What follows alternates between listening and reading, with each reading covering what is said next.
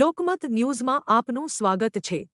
Kavant police station નજીકના વિસ્તારમાં તુરખેડા ગામે નર્મદા નદીના કિનારે નાવડી મારફતે કરવામાં આવતી ભારતીય બનાવટના વિદેશી દારૂની હેરાફેરીનો લોકલ ક્રાઇમ બ્રાન્ચ દ્વારા પર્દાફાશ કરવામાં આવ્યો છે। પોલીસે કાર્યવાહી દરમિયાન ₹6.80 લાખથી વધુનો મુદ્દામાલ કબજે કર્યો છે, જ્યારે આરોપીઓ સ્થળ પરથી ફરાર થઈ ગયા હતા। પ્રાપ્ત માહિતી અનુસાર છોટાઉદેપુર જિલ્લા પોલીસ અધિક્ષક ઇમ્તિયાઝ શેખના માર્ગદર્શન હેઠળ LCB police inspector MF Damor દ્વારા સ્ટાફને પ્રોહિબિશન સંબંધિત ગુનાઓ સામે કડક કાર્યવાહી કરવા સૂચના આપવામાં આવી હતી।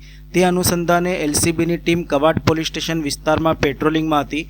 દરમિયાન બાતમી મળી હતી કે તુરખેડા ગામના નર્મદા નદી કિનારે વાવણાભાઈ મૂળજીભાઈ ભીલ અને સુખરામભાઈ મલસિંગભાઈ ભીલ પોતાના કબજા ભોગવટાની નાવડીમાં પરમિટ વિના ભારતીય બનાવટનો વિદેશી દારૂ ભરીને લાવી રહ્યા છે।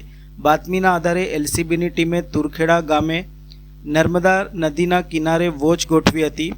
બાદમાં બાતમી મુજબની નાવડી ત્યાં પહોંચતા પોલીસે તેની તપાસ હાથ ધરી હતી। તપાસ દરમિયાન નાવડીમાંથી ભારતીય બનાવટના વિદેશી દારૂની કુલ 2218 બોટલ મળી આવી હતી, જેની અંદાજિત કિંમત 5,75,558 હોવાનું સામે આવ્યું હતું। પોલીસની કાર્યવાહી દરમિયાન આરોપીઓ નાવડી અને દારૂનો જથ્થો કિનારે મૂકીને નજીકના ડુંગરાળ વિસ્તારમાં ભાગી છૂટ્યા હતા। પોલીસે દારૂ ઉપરાંત હેરાફેરીમાં ઉપયોગમાં લેવાયેલી ₹1 લાખ કિંમતની નાવડી તેમજ ₹5,000 કિંમતનો ઓપ્પો કંપનીનો મોબાઈલ ફોન સહિત કુલ ₹6,80,558નો મુદ્દામાલ કબજે કર્યો હતો। આ મામલે ફરાર આરોપીઓ સામે પ્રોહિબિશન એક્ટ હેઠળ ગુનો નોંધી કાયદેસરની કાર્યવાહી હાથ ધરવામાં આવી છે।